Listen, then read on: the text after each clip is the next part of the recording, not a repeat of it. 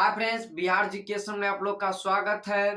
Friends, हम आप लोगों को पंचायत के बारे में पढ़ा रहे थे और जो कुछ बच गया था उसके बारे में फिर से हम लोग आज चर्चा करेंगे। ठीक है फ्रेंड्स, और पंचायत का कुछ हद तक हमने आपको पढ़ा दिया है। अगर आप लोग पीछे का वीडियो नहीं देखे तो पीछे का वीडियो जाके देख लीजिए ताकि आपको ये जो है समझ में ज्यादा आए। ठीक है फ्रेंड्स, तो चलिए हम लोग पंचायत के बारे में चर्चा करते हैं। ठीक है, आपको हम इससे आगे कुछ बता दिए हैं। ठीक है, तो आपको हम बताए थे कि जब केंद्र में 1977 ईस्वी में जनता पार्टी की सरकार आया था तो उसने क्या किया था कि बलवंत राय मेहता समिति को हटा दिया था और अशोक मेहता समिति का गठन करके अशोक मेहता समिति के अनुसार यानी कि केंद्र में दो स्तरीय पंचायत को दो स्तरीय भागों में बांट दिया था। ठीक है, एक पंचायत समिति और जिला पंचायत कर दिया था। ठीक है, जबकि बलवंत राय मेहता समिति जो कि त्रिस्तरीय था इसे हटा दिया था। फिर कुछ महीने बाद 1977 में जब केंद्र में कांग्रेस का सरकार आया तो उसने क्या किया कि पुनः जो बलवंत राय मेहता समिति था उसे लागू करके उसे लागू कर दिया। ठीक है, और अशोक मेहता समिति को पुनः हटा दिया। ठीक है, तो केंद्र को कहीं ना कहीं लगा, ठीक है, कि अब जो है कि पंचायत को संवैधानिक दर्जा दे देना चाहिए। पहले क्या था ना कि पंचायत जो है कि भारतीय संविधान के भाग 4 अनुच्छेद 40 में था, जो कि राज्य के नीति निर्देशक तत्व में था, उसे कोई संवैधानिक मान्यता प्राप्त नहीं था। लेकिन जब 1977 ईस्वी में अशोक मेहता समिति जैसे कि आ गया था ये जनता पार्टी की सरकार में, और फिर कांग्रेस आया और जो अशोक मेहता समिति को हटा दिया और बलवंत राय मेहता समिति को पुनः केंद्र में लागू किया, तो संसद में यह चर्चा चल रही थी कि पंचायत को जैसे कि संवैधानिक मान्यता दे देना चाहिए। ठीक है, विशेष बहुमत से। तो चर्चा चलते चलते जब 1952-51 में आया तो जैसे कि ये पंचायत को जैसे कि संवैधानिक मान्यता मिल गया। ठीक है फ्रेंड्स, तो इसी के बारे में हम लोग आज विस्तार से चर्चा करेंगे। ठीक है, तो देखिए फ्रेंड्स, संविधान को जो है कि पंचायत को 73वां संविधान संशोधन के द्वारा 24 अप्रैल 1993 को, ठीक है, देखिए पंचायत को 73वां संविधान संशोधन करके, ठीक है, पंचायत को 73वें संविधान संशोधन के द्वारा 24 अप्रैल 1993 ईस्वी को इसे संविधान में मान्यता प्राप्त दे दिया गया। इसे संवैधानिक दर्जा प्राप्त हो गया पंचायत को। ठीक है, और इसे भाग 9 यानी कि भारतीय संविधान के भाग 9 अनुच्छेद 243 के क से न तक में इसे जोड़ा गया है पंचायत को। ठीक है फ्रेंड्स, और 73वें संविधान संशोधन के द्वारा 24 अप्रैल 1993 को पंचायत को भारतीय संविधान के भाग 9 और अनुच्छेद 243 के क से न तक में पंचायत की चर्चा किया गया। ठीक है, पहले क्या था ना कि जब पंचायत शुरू में लागू हुआ 1959 में, तो सबसे पहले पंचायत को राजस्थान के नौगढ़ जिला में 2 अक्टूबर 1959 को लागू किया गया था।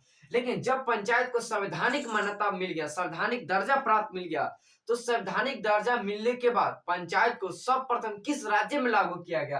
तो वह पंचायत को सर्वप्रथम मध्य प्रदेश राज्य में लागू किया गया था। कब? जब पंचायत को संवैधानिक दर्जा प्राप्त हो गया, मिल गया। ठीक है, उसके बाद देखिए बेटा, भारत के ऐसे कई राज्य है जहाँ पे पंचायती राज व्यवस्था लागू नहीं है। लेकिन देखिए, दिल्ली, भारत का दिल्ली एकमात्र राज्य है, ऐसे दिल्ली तो केंद्र शासित प्रदेश है, लेकिन भारत का दिल्ली एकमात्र राज्य है जहाँ पे केंद्र शासित प्रदेश नहीं है, सॉरी, ये पंचायत नहीं है। क्यों नहीं है? क्योंकि दिल्ली में तो गांव है ही नहीं, तो वहां से पंचायत होगा कहाँ?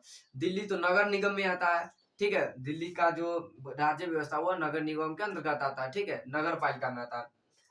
तो दिल्ली एकमात्र राज्य है जहाँ पे पंचायत लागू नहीं है।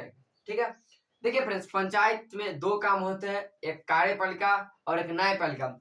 कार्यपालिका में क्या आता है कि मुखिया और वार्ड कार्यपालिका है, और न्यायपालिका में आता है सरपंच और पंच आता है। ठीक है, मुखिया वार्ड कार्यपालिका में आता है अगर पंचायत में कोई योजना है, कोई काम करवाना है, ठीक है, तो इसका जो कार्य होता है ये मुखिया और वार्ड का होता है। ठीक है, अगर पंचायत में किसी झगड़ा से संबंधित यानी कि न्यायपालिका से संबंधित अगर कोई काम है तो वह पंच और सरपंच मिलकर करते हैं। ठीक है, अगर छोट मोट झगड़ा हुआ है, जैसे कि मान लीजिए किसी का बकरी चोरी हो गया, कोई किसी का खेत जोत लिया, ठीक है, किसी के घर में कोई चोरी कर लिया या आपस में कोई झगड़ा कर लिया आस पड़ोस, तो वे इस आपस में जो झगड़ा हुआ है या चोरी हुआ है, तो इस पर जो फैसला होगा या जो भी होगा वे पंच और सरपंच करेंगे। ठीक है, पंच जो होते हैं कि हर एक वार्ड में एक पंच होते हैं और पूरे एक पंचायत में एक सरपंच होते हैं, ठीक है फ्रेंड्स। सरपंच सबसे बड़े होते हैं और पंच थोड़ा सरपंच से नीचे होते हैं, पंच, ठीक है।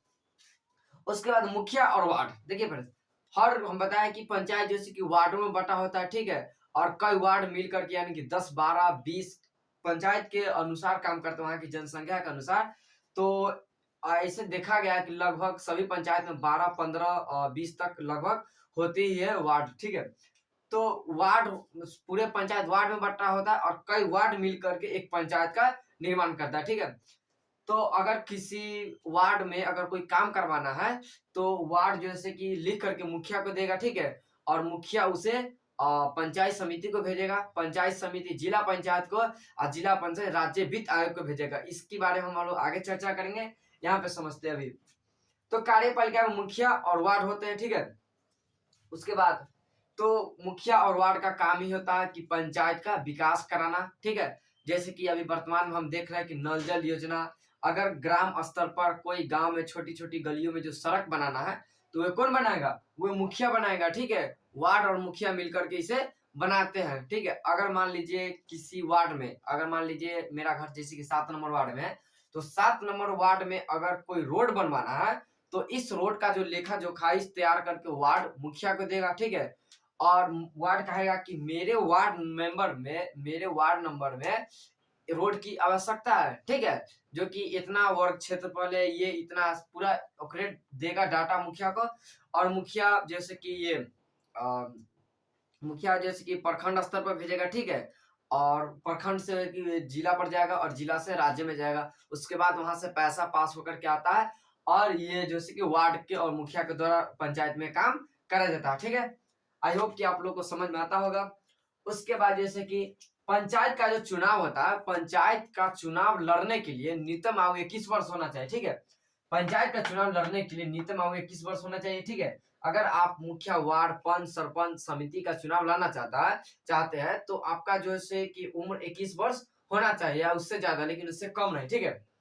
पंचायत सदस्यों का कार्यकाल 5 वर्ष होता है। देखिए फ्रेंड्स, पंचायत सदस्यों का जो कार्यकाल होता है वह 5 वर्ष होता है। कोई अगर मुखिया, वार्ड, पंच, सरपंच बनता है तो वह 5 साल के लिए ही उस अपने कार्य को बने रहते हैं। फिर 5 साल के बाद फिर से चुनाव होगा और फिर से कोई नए व्यक्ति या वही व्यक्ति चुने जाएंगे, ठीक है। लेकिन इनका जो कार्यकाल होता है 5 साल के लिए होते हैं, 5 साल के लिए चुने जाते हैं, ठीक है। उसके बाद ग्राम पंचायत, पंचायत में महिलाओं का आरक्षण 1/3। देखिए फ्रेंड्स, संविधान में यह कहा गया है कि ग्राम पंचायत में जो होता है, ग्राम पंचायत में महिलाओं के लिए एक विशेष प्रावधान दिया गया, एक विशेष छूट दिया गया जिसे आरक्षण कहते हैं। तो ग्राम पंचायत में महिलाओं के लिए 1/3 का जैसे कि छूट मिला हुआ, आरक्षण मिला हुआ, ठीक है। अगर कहीं से जैसे कि चुनाव प्रक्रिया हो रहा है तो उसमें 1/3%, ठीक है, 1 पूरे भारत में पंचायत स्तर पर जिस पंचायत में चुनाव होगा उस पंचायत में 1/3% चुनाव प्रक्रिया महिलाओं की भागीदारी होगी, ठीक है फ्रेंड्स, ठीक है। लेकिन बिहार में जैसे कि बिहार राज्य में 1/2%, यानी कि बिहार में महिलाओं के लिए 50% आरक्षण की व्यवस्था किया गया, ठीक है। तो को समझ में आता होगा। उसके बाद ग्राम पंचायत का बैठक 3 माह। देखिए फ्रेंड्स, क्या होता है ना कि जब चुनाव हो गया, ठीक है, जीत गए आप लोग, ठीक है, सब कुछ सिस्टमेटिक ढंग से चल रहा है, तो ग्राम पंचायत का जो बैठक होता है, बैठक कहाँ होता है, पंचायत में बैठक होते हैं, ठीक है, पंचायत में बैठक होता है। तो ग्राम पंचायत का बैठक जो साथ होता है इसे अधिकतम 3 माह, अधिकतम ग्राम पंचायत के बैठकों में अधिकतम 3 माह का गैप हो सकता है, उससे ज्यादा गैप नहीं हो सकता है, ठीक है।